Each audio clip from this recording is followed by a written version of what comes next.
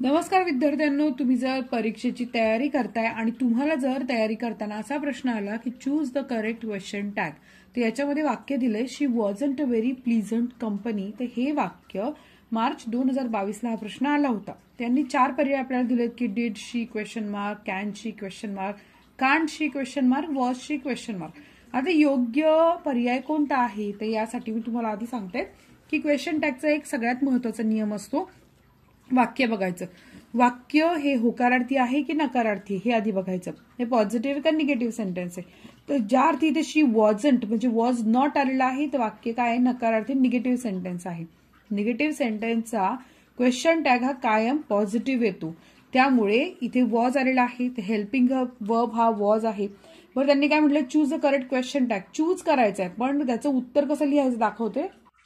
आता आपला question tag हा पॉझिटिव्ह असणार आहे. इथे did she, can she, was she हे तिन्ही पर्याय पॉझिटिव्ह आहेत. मग ह्यातला नेमका कोणता निवडायचा. ते ह्याच्यामध्ये हेल्पिंग वर्ब काय आलंय, वॉज आलंय. इथे कुठे वॉज आलंय का, तर हो, डी पर्यायामध्ये वॉज आलंय. याचा अर्थ आपला पर्याय डी आहे, कारण इथे निगेटिव्ह सेंटेन्स असल्यामुळे पॉझिटिव्ह क्वेश्चन मार्क येणार आहे.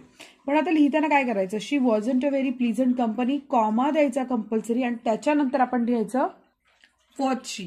असं लिहिल्यानंतरच तुम्हाला तुमचे पैकीच्या पैकी मार्क मिळतील. तर व्हिडिओ इथेच संपला. आवडल्यास लाईक करा, चॅनलला सबस्क्राईब करा.